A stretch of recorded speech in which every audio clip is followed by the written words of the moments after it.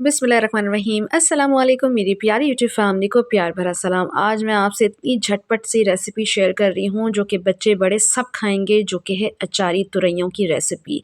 हाँ जी, बहुत ही मज़ेदार और झटपट बनने वाली है कि बच्चे क्या बड़े आपके फ़ैन हो जाएँगे। चलें चलते हैं रेसिपी की तरफ।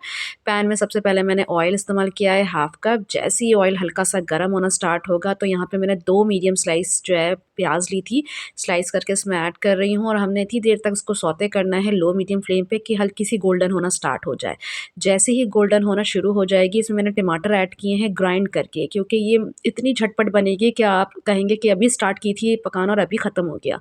कुटी हुई लाल मिर्चें ऐड करेंगे इसमें हल्दी ऐड करेंगे और यहाँ पे मसाले बहुत ही बेसिक से जाएँगे, जो कि है यहाँ पे नमक ऐड करेंगे और इसमें मैं जो एक मसाला ट्विस्ट ऐड कर रही हूँ वो है अचारी मसाला। कोई भी किसी भी ब्रांड का आप अचारी मसाला ले लीजिएगा, वरना अगर आपके घर में अचार रखा है तो आप वो भी इसमें ऐड कर सकते हैं।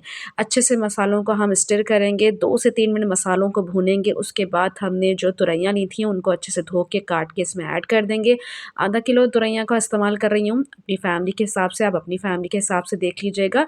2 से 3 मिनट अच्छे से भुनाई करेंगे और उसको हल्का-सा पानी ऐड करके, ज़्यादा पानी नहीं हमने इसमें ऐड करना क्योंकि तुरइयाँ भाप में गल जाती हैं।